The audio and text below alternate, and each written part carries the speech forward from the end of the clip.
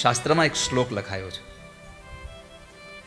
શતમ વિહાય ભોક્તવ્યમ. તમારા હાથમાં 100 કામ હોય, પણ જમવાનો સમય થાય એટલે બધા કામ પડતા મૂકીને પેલા ટાઈમસર જમી લેવું. જે માણસ સમયાંતરે સમયને અનુરૂપ ભોજન કરી લે છે, એવા લોકોને દવાખાને ઓછું જવું પડે છે.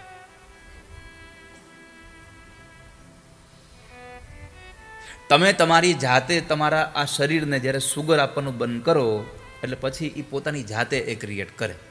પછી તમને બીજું બહારનું સુગર લેવા દે? તમે ન આપ્યું સમયાંતરે એટલા માટે એને પોતાને જ કરવું પડ્યું. એવું જરૂરી નથી કે એ જે માણસ બહુ મીઠાઈ ખાતો એટલે એને ડાયાબિટીસ આવ્યું. ઘણાને એવું હોતે છે, એ નહોતો ખાતો એટલે આવ્યું.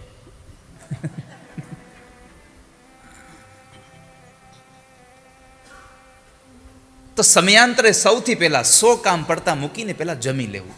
શતમ વિહાય ભોક્તવ્યમ સહસ્રમ સ્નાન માં ચરેત. 1000 કામ પડતા મૂકી અને પહેલા સ્નાન કરી લેવું, પવિત્ર થઈ જવું. કારણ કે જ્યારે તમે સ્નાન કરી લો ને ત્યારે તમારા વિચારો પણ એકદમ પવિત્ર થઈ જાય છે.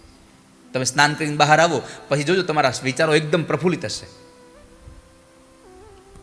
તો 1000 કામ હાથમાં હોય તો બધા જ મૂકીને પેલા સમયાંતરે સ્નાન કરી લેવું. અને અત્યારે આપણને તો નંદીએ સારું કરી દીધું છે ને,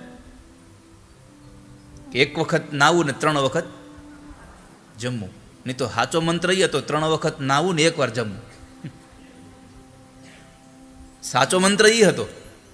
હવે તમે ખાલી કલ્પના કરો કે 3 વખત નાવાનું ખાલી 1 જ વખત જમવાનું હોત તો આજે આપણી ઘરે કોઈ પત્રિકા મોકલત, ફોન કરત, તો એમ ન કહેતા હોત કે શનિવારે આપણા ઘરે જમવા આવજો, શનિવારે આપણા ઘરે નાવા આવજો.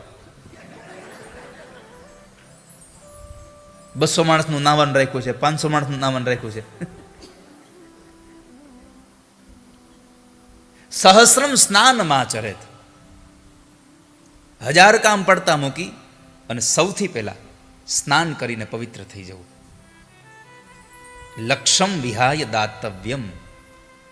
તમારા હાથમાં 1,00,000 કામ હોય પણ કોઈ યાચક આવીને તમારા આંગણે ઊભો રહે તો એ બધા જ કામ પડતા મૂકી અને પેલા તમારે યથોચિત એને દાન દક્ષિણા એની ભિક્ષાવૃત્તિ આપી દેવી. કારણ ન જાણે કિસ રૂપ મેં નારાયણ મિલ જાય.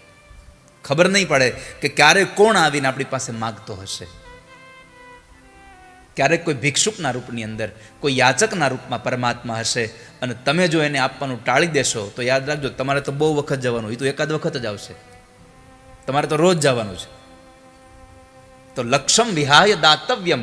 1,00,000 કામ હાથમાં હોય તો એ મૂકી અને પેલા દાન દઈ દેવું. પણ આ ત્રણેય કરતા એક ચડિયાતું વાક્ય મહાપુરુષોએ કહ્યું, કોટિમ ત્યક્તવા હરિમ ભજેત. કરોડ કામ તમારા હાથમાં હોય પણ એ બધા મૂકીને પેલા ઠાકોરજીને ભજી લેવા. જો ભગવાનને ભજશો તો તમારો બેડો પાર થઈ જશે.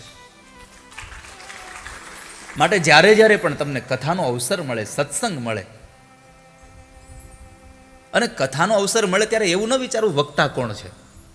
હું પ્રાયઃ કથામાં કહેતો રહ્યો છું કે કથા સાંભળવા જવાનું થાય તો એ ભાગવત કથા છે કે રામકથા છે, શિવ કથા છે, કે કોઈ પણ અન્ય ગ્રંથની કથા હોય, બસ આપણે ખાલી કથાથી મતલબ રાખવો જોઈએ.